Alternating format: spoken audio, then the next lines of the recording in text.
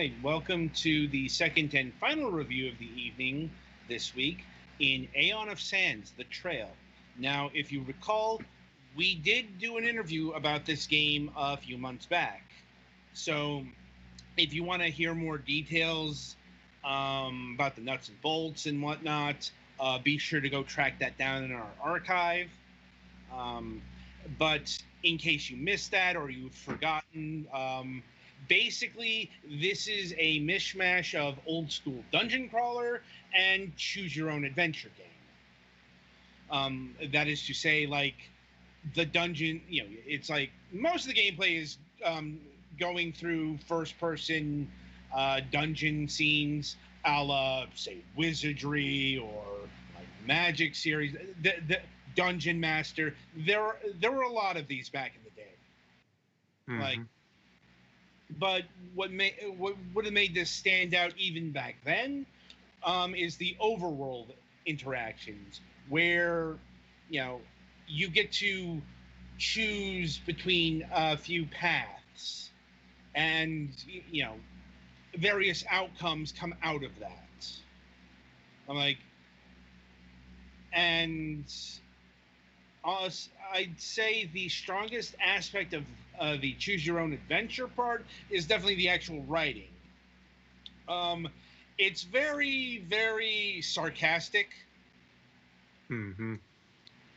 Well, I mean, you're living in a inhabitable bottle in a desert hellscape. People aren't exactly going to be in a good mood a lot. No, but it's not a. It doesn't take itself very seriously. Yeah, it's more a comedy sarcasm. Yeah. It's making light. It's like making light of the situation in a snarky way. The writing is very snarky. So, if that's not your kind of comedy, I'd suggest you go elsewhere, because the writing is filled with that, and it doesn't ever stop. Nope. Like, shifting back to the first-person dungeon gameplay.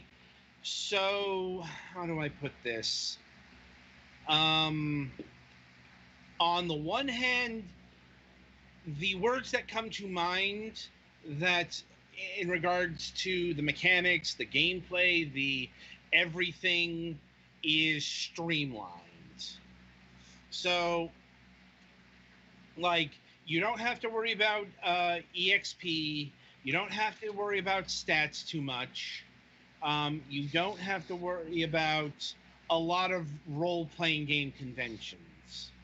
But on the other hand, you also don't have to worry about role-playing game conventions, because it's fairly streamlined. So like the weight of individual objects doesn't matter. So you can carry as many rocks as you can herbs, and also a rock is just as good as an herb for holding down a pressure plate.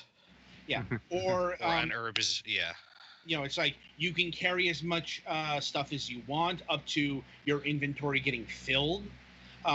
Which is roughly 25 items. Yeah. It's like, as opposed to something that a lot of games would have the objects fill up space as it's like if you pick up a lead pipe, that's probably going to fill 2 or 3 spaces versus like the one space here. Although the lead pipe is a better weapon than the basic little dinky dagger thingy, but it also breaks after like 3 uses. It depends. Like, there are non-rusted pipes, but okay. It's like the polearm weapons. They tend to be more powerful, but they are much slower. I mean, nuance hasn't been completely eradicated from the game, because the combat also different to some other games. It's not in real time. Or it's not turn-based. It is real-time. Yeah, like your weapons have a cooldown of like a second or so. Yeah. And you can also, if you time it right and your cooldown is fast enough, you can, when an enemy is going to attack you, you can interrupt them and attack while they're trying to attack, and it'll stun them out of their attacking animation. Yeah, I'll be honest. I found a much more efficient way of attacking, and that is to stick and move. So that works too. If you're good at the QWEASD move style. Yeah, I'm pretty good at that.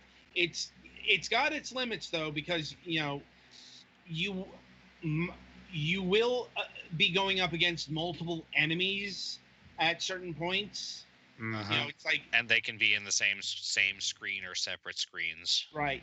It all depends on the dungeon layout. Like, it's a much bigger issue on the overworld dungeons that are more spread out versus the dungeon, the ones that descend, where it has the small passages, and the enemies are going to be back one or another, although they can line up two at a time. It's like, very rarely did I have a problem with separating the enemies, let's just say.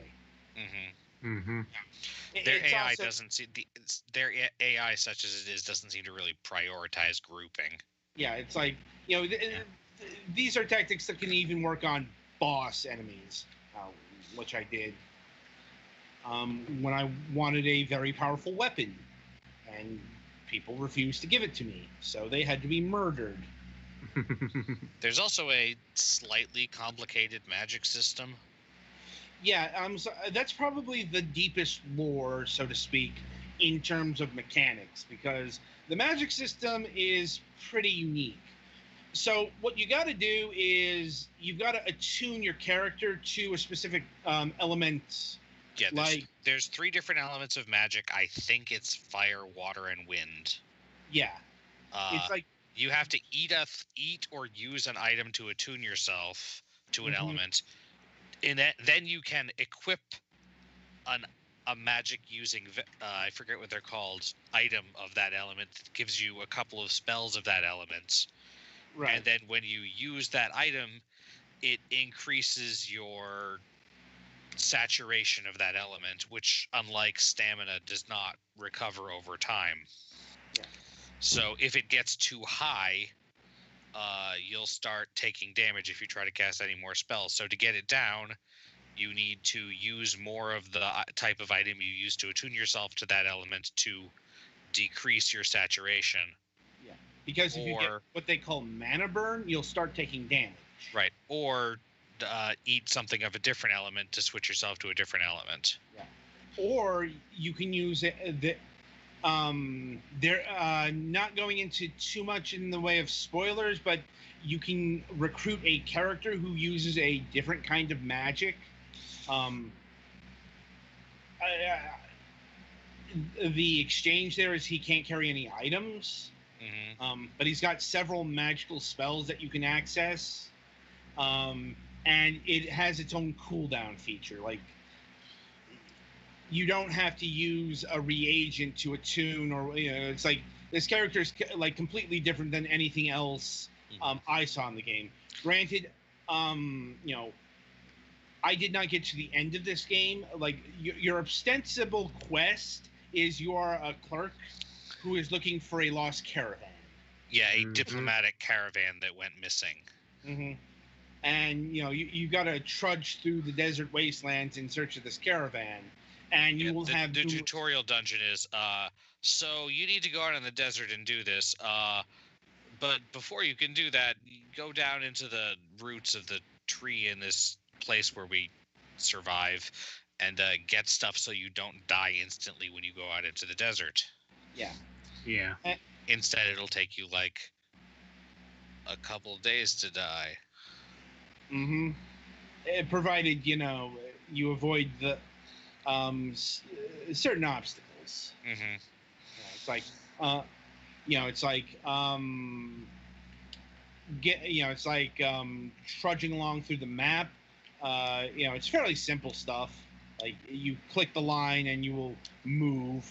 Sometimes you might get a random encounter, which might be something, let's just say, or nothing.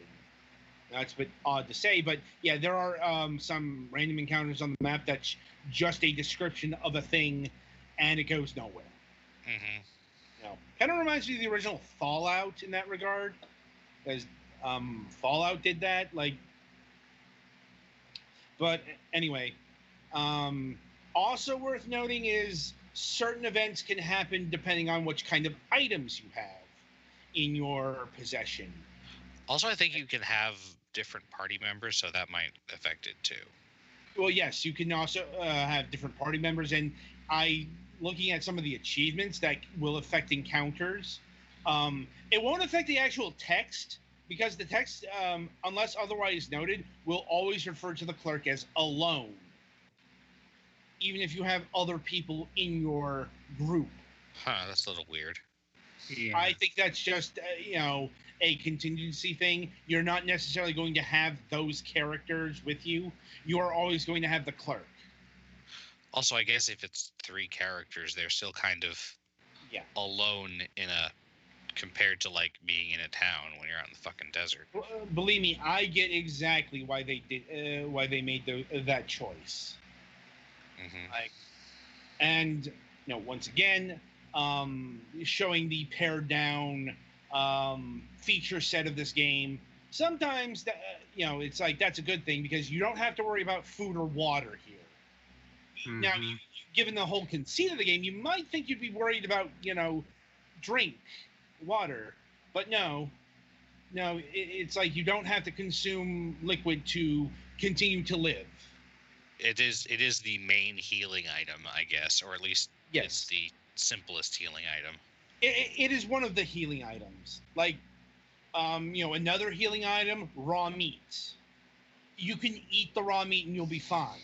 Other games I've had this, like if you ate the raw meat, you would get sick. Or at least you'd get the option to cook it to make it way more effective. Yeah, it's like But yeah, no, water heals both health and stamina about evenly. There's herbs that heal stamina a little bit more than health. Meat only heals health. Mm-hmm.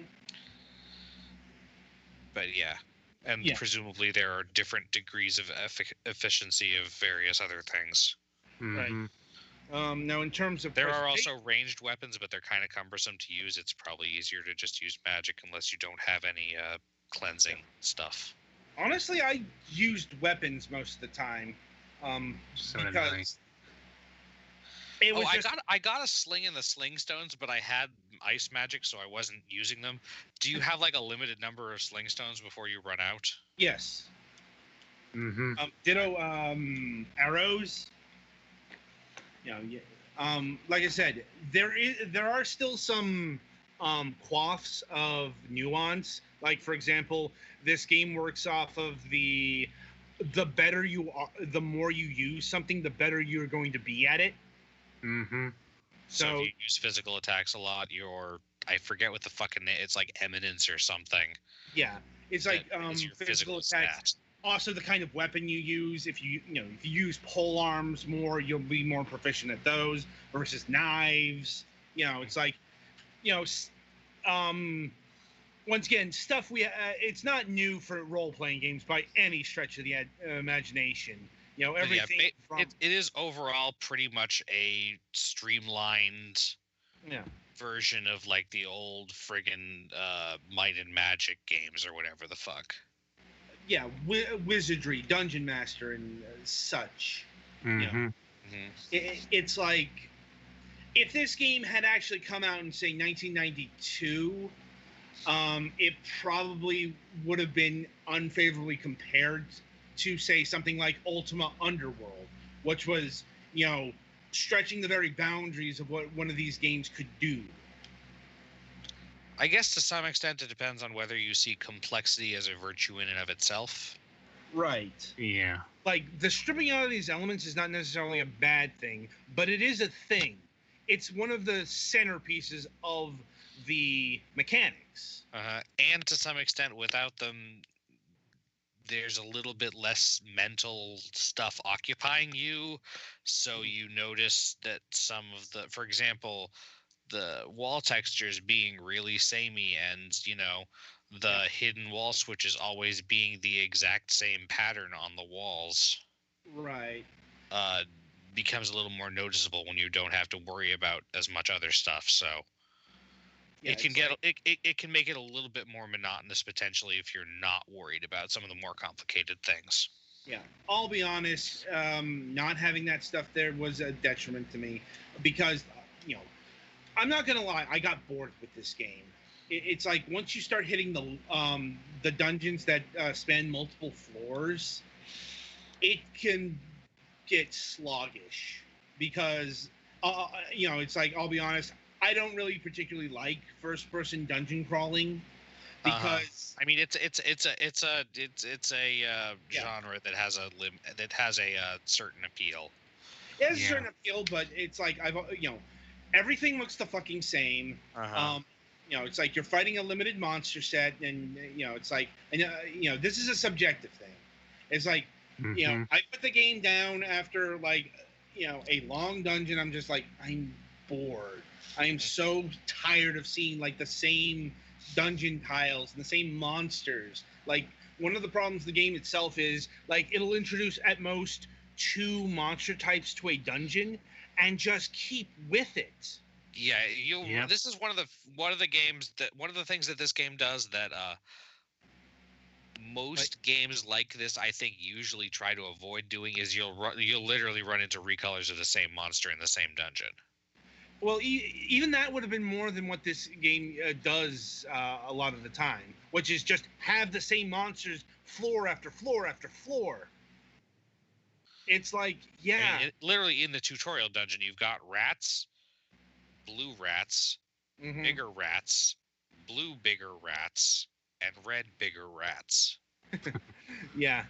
I'm like, and that's one of the more diverse sets. I'm just thinking of the mechanical ant dungeon.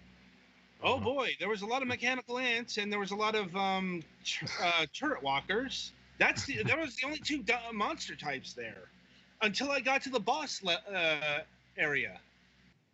It's like, yeah, that just increased the repetition.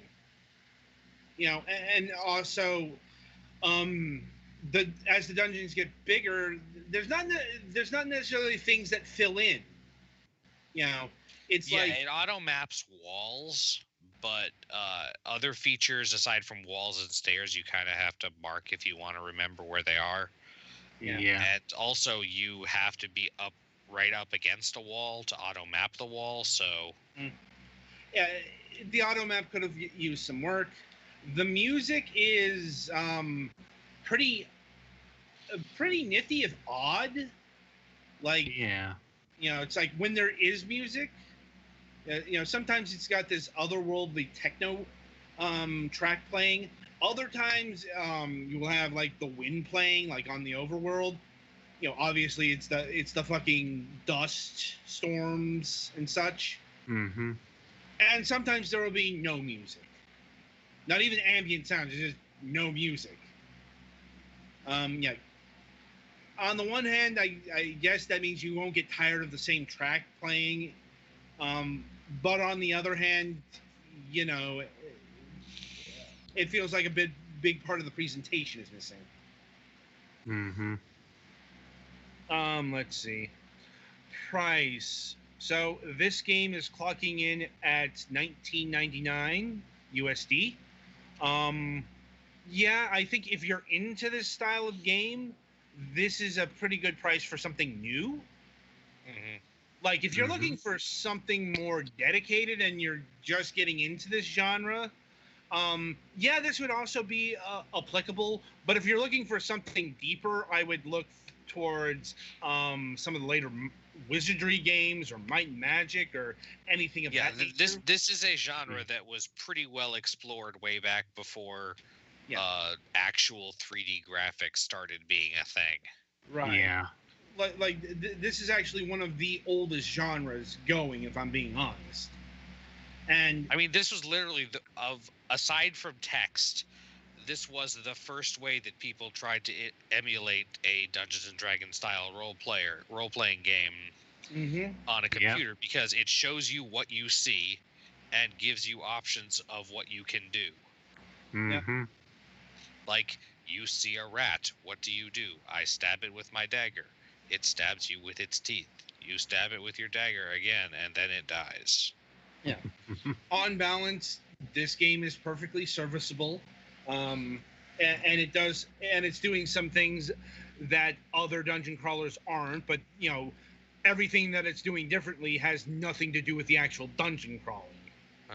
Oh, I do. One thing I did notice that I like is that if you're like having trouble finding a switch or something, if you walk past the area it is enough more than once and like miss it, you'll usually get a text in your text scrolling thing that has your characters saying, "I could have sworn I saw something on the wall back there." Right. So you can tell if you're missing something before it gets too frustrating. Mm-hmm. So you don't have to. I mean, there are still walls that are fake walls. Yes, there are illusion walls as well. Mm-hmm. Yeah. But yeah, you don't have to rub your face into everything all the time to make sure you're not missing anything. Yeah. Right. So, any final thoughts on Aeon of Sands here? I mean, I didn't get very far, but it seems like a pretty good streamlined recreation of the classics of the genre. If you really like exploring dungeons, and I say go for it. Yeah, I'm like, personally, honestly, I think the more interesting aspect of the game is the choose your own adventure stuff. It's really well written, really funny. Once again, some of at the very beginning of the game, it gives you some options for how you're going to find out about what you want to know about the background of the setting and stuff. Yeah. The dungeon crawling stuff is serviceable, but you do feel the limits of what it's presenting here if you're a veteran of the genre, which is why I would actually recommend this more to people who are getting into dungeon crawlers. Yeah, this is a comparatively simple, so you're not going to be. I mean, it'll still, when it's going over all your character stats and stuff, it still takes a while and there's a lot of stuff to look at, but you don't need to be looking at all of it constantly. Right. Which is nicer than some of the old games where you have to keep track of where you have to go to see if your character has the ability to detect secret doors of the kind that you're trying to look for in the. This is actually, I rented one of the Might and Magic games on the Super Nintendo once, and that was an issue. But yeah, this is a good starting point if you're looking to get into the first-person dungeon crawling genre. All right then. So that'll about do it for not only Aeon of Sands here, but also our review session. So coming up on the week ahead, we've got our first Tuesday interview of the new year. As hang on, I am on the wrong page. Here we go. We will be having John Schaefer of Conifer Productions. He was the lead design on Civilization 5, and currently he is making a new strategy game called John Schaefer's at the Gates. Might have to rib him for putting his name in the title.